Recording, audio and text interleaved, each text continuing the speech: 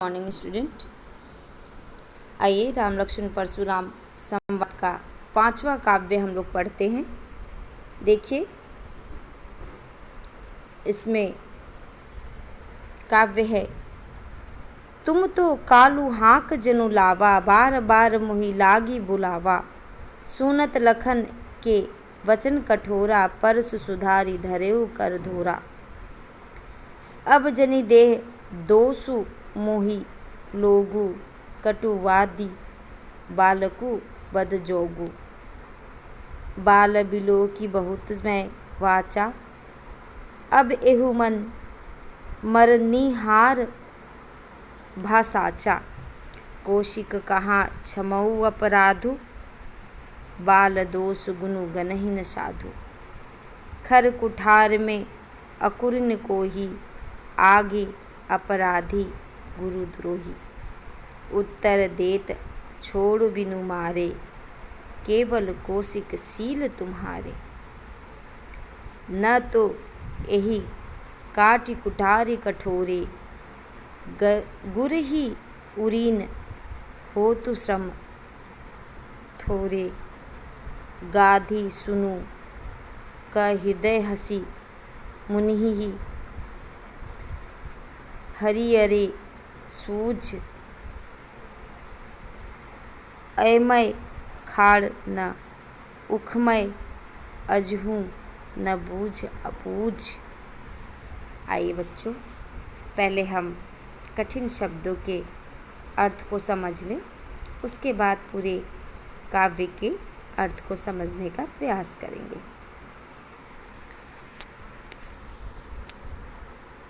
कालू, कालू मने मृत्यु।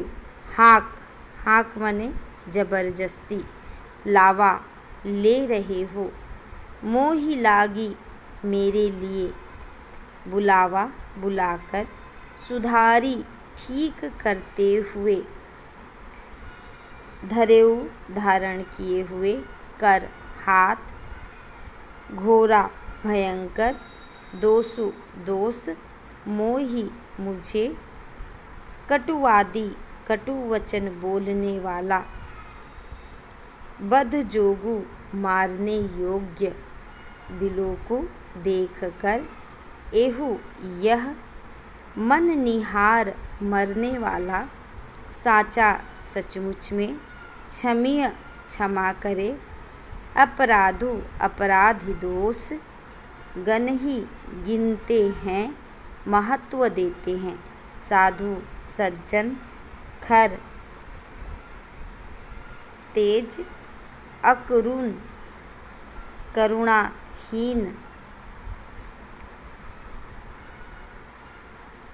कोही, क्रोधी।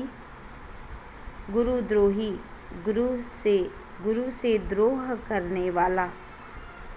उतर, उत्तरशील, नम्र स्वभाव। गुरहि, गुरु से। उरीन, ऋण से मुक्त। थोरे, कम। गांधी सुनु, गधी पुत्र। विश्वामित्र। हरिहरे, हरा ही हरा। सुख दिखाई देता है। अयमय, लोहे से बना। खाड़, खड़क, तलवार। गन्ने से रस से बना मीठा खाड़ पदार्थ। उखमय, गन्ने से बनी। जहूँ, अभी तक। अबुझ, ना समझ। प्रस्तुत काव्य में लक्ष्मण परशुराम जी से कह रहे हैं कि आप तो जबरदस्ती काल को मेरे लिए बुला रहे हैं। लक्ष्मण के कटु वचन सुनकर परशुराम ने कुठार को सुधार कर हाथ में उठा लिया। कहने लगे कि अब लोग मुझे दोष मत देना। कटु वचन बोलने वाला यह बालक मरने योग्य है और इससे मारा जा सकता है। बालक समझकर इसे बहुत देर से छोड़ रहा हूँ। अब यह सचमुच में मरने वाला है। विश्वामित्र बीच में हस्तक्षेप करते हैं। विश्वामित्र राम और लक्ष्मण के गुरु है। विश्वामित्र समझ गए कि अब परशुराम अत्यंत क्रोध में आ चुके हैं और अब यदि मैं बीच में नहीं पड़ा तो ये वास्तव में लक्ष्मण की हत्या कर देंगे। तभी विश्वामित्र बड़े चालाकी के साथ हस्तक्षेप करते हुए कहते हैं, सज्जन बालकों के गुण दोष को महत्व नहीं देते हैं। जो सज्जन व्यक्ति होते हैं वो बालक के गुण और दोष को ज़्यादा महत्व नहीं देते। अतः बालक समझकर लक्ष्मण के अपराधों को क्षमा कीजिए। और वो कहते हैं आप बहुत सज्जन हैं, और जो सज्जन होते वो बालक के गुण दोष को नहीं देखते, वो सिर्फ क्षमा करना जानते हैं। अतः आप भी सज्जन पुरुष हैं, इसीलिए आप लक्ष्मण को क्षमा कर दीजिए। परशुराम ने विश्वामित्र से कहा, मैं तीव्र कुठार लिए हुए करुणाहीन क्रोधी हूँ और उस पर भी मेरे सामने अपराध करने वाला तथा गुरु का अपमान करने वाला सामने खड़ा है। परशुराम कहते हैं कि मुझे सज्जनता का उपाधि न दो। सभी जानते हैं कि मेरा कुठार कितना कठोर है और मैं बहुत ही कठोर स्वभाव का व्यक्ति हूँ, और ऊपर से मेरे सामने तो एक अपराधी खड़ा है। कैसा अपराधी? वो अपराधी जो गुरु का अपमान करता है। ऐसे अपराधी अगर मेरे सामने खड़ा हो तो मैं उसे क्षमादान नहीं दे सकता। यह उत्तर पर उत्तर दे रहा है, ये मेरे हर एक सवाल का प्रति उत्तर देता जा रहा है। जो उत्तर नहीं देना चाहिए वो भी ये बोले जा रहा है। मैं तुम्हारे विनम्र स्वभाव के कारण इसे बिना मारे छोड़ रहा हूँ। और परशुराम अपने गुरु होने का फर्ज अदा कर रहे हैं और बता रहे हैं कि देखिए विश्वामित्र जी, आपके कहने से मैं सिर्फ इस बालक को छोड़ रहा हूँ, नहीं तो इसे थोड़े ही परिश्रम से कठोर कुठार से काट कर मार कर गुरु ऋण से मुक्त हो जाता। यहाँ गुरु ऋण से मुक्त होने का तात्पर्य क्या है बच्चों, ये समझ लीजिए। लक्ष्मण जी शेषनाग के अवतार हैं और परशुराम के गुरु कौन है?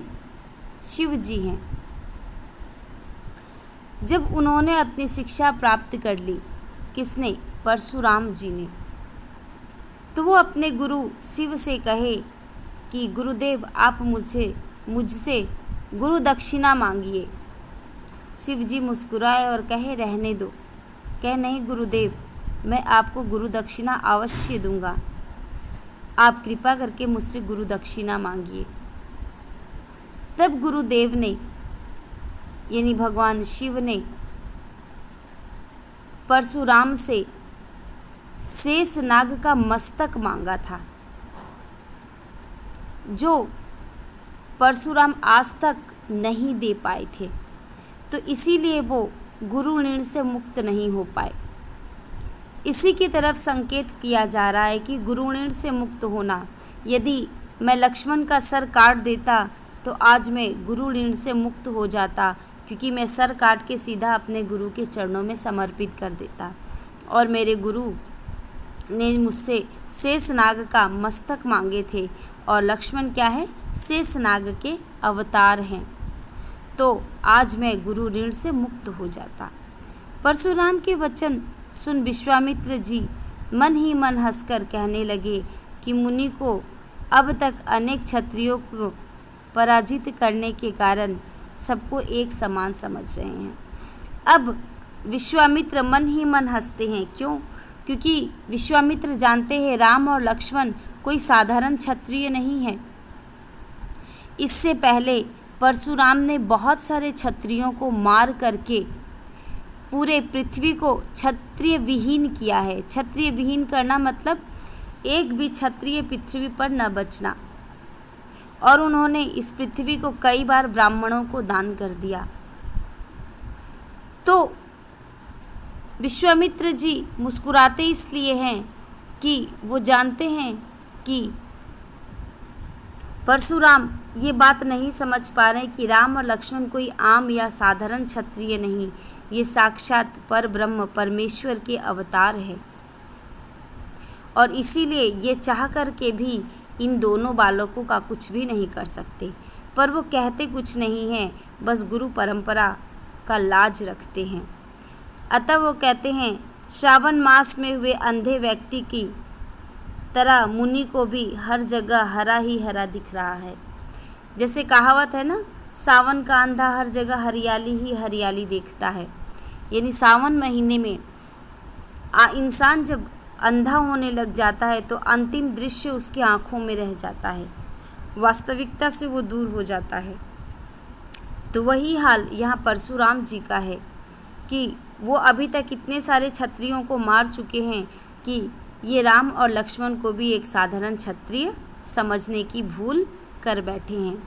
लोहे से बनी खड़क को गन्ने के से बनी खाड़ समझकर नासमझ बने हुए हैं। जैसे कि लोहे की खड़क से गन्ने को आराम से काटा जा सकता है, तो कह रहे हैं कि ये क्या समझ रहे हैं कि जैसे गन्ने के रस से खाड़ बनता है, तो ये क्या इतना साधारण और इतना तुच्छ समझ दिए हैं राम और लक्ष्मण को, और यही वहम इनके अंदर हो गया है। और इसी वहम पर विश्वामित्र जी मुस्कुराते हैं। बच्चों, शेष भाग देखिए। कई लखन मुनि सील तुम्हारा, को नहीं जानत विदित संसारा। माता पितई उरन भयनी के, गुरु रीनु रहा सोच बड़ जी के। सो जनु हमरे ही माथे काढ़ा, दीन चली गए ब्याज बड़ बाढ़ा। अब अनीय ब्याज हरिया बोली, तुरंत देव में थैली खोली। सुनी कटु वचन कुठार सुधारा, हाय हाय सब सभा पुकारा। भृगुबर परसु देखा बहु मोही, विप्र विचारी बचे निर्दोही द्रोही। मिले न कभू सुभट रन गाढ़े, द्विज देवता घर ही के बाढ़े। अनुचित कहे सबु लोग पुकारे, रघुपति से ही लखनु निवारे। लखन उतर आहुति सरीस, भृगुबल कोप कुसानु। बढ़त देखि जल सम वचन, बोले रघुकुल भानु। यहाँ लक्ष्मण कहते हैं, पहले आइए हम थोड़े कठिन शब्दों के अर्थ को समझ देते हैं। प्रस्तुत पंक्ति में देखिए, विदित, विदित माने जानते हैं, जानता है, या विदित माने सबके जानकारी में, मुझे विदित है, मेरे जानकारी में ये बात है। उऋण, ऋण से मुक्त होना। भय, हुए या हो गए। नीके, अच्छी तरह।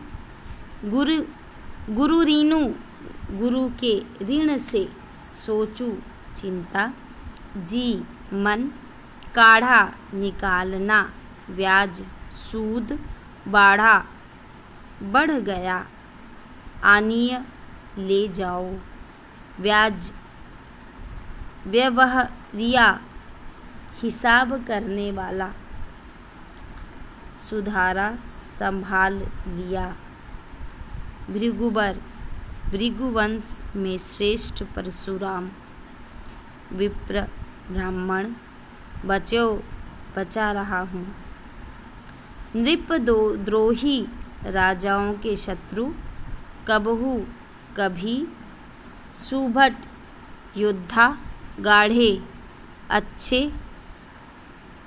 द्विज देवता, ब्राह्मण देव। घर ही, घर में ही। शयन ही, आँख के संकेत से। नेवारे, मना कर दिया। सरिस, समान। कोपु, क्रोध। कुशानु आगु, रघुकुल भानु, रघुकुल के सूर्य अर्थात श्री राम। अब अर्थ देखिए, प्रस्तुत काव्य के अर्थ को समझ लेते हैं। परशुराम निरंतर अपने बल पौरुष का बखान कर रहे हैं और लक्ष्मण उनका उपहास कर रहे हैं। इसी क्रम में लक्ष्मण परशुराम से कहते हैं कि आपके शील स्वभाव को संसार में कौन नहीं जानता। आप अपने माता पिता के ऋण से अच्छी तरह मुक्त हो गए हैं। अब गुरु ऋण शेष है, जिसके लिए आप बहुत चिंतित हो रहे हैं। ऐसा प्रतीत हो रहा है कि वह गुरु ऋण हमारे माथे पर लिखा है। बहुत दिन बीत जाने के कारण अब ब्याज भी बहुत बढ़ गया होगा, इसीलिए हिसाब लगाने वाले को बुलाकर हिसाब भी लगवा लीजिए। मैं थैली खोलकर चुकता कर दूंगा। लक्ष्मण के ऐसे कटु वचन सुनकर जनक सभा में हाहाकार मच गया। सभी लोग हाय हाय पुकारने लगे।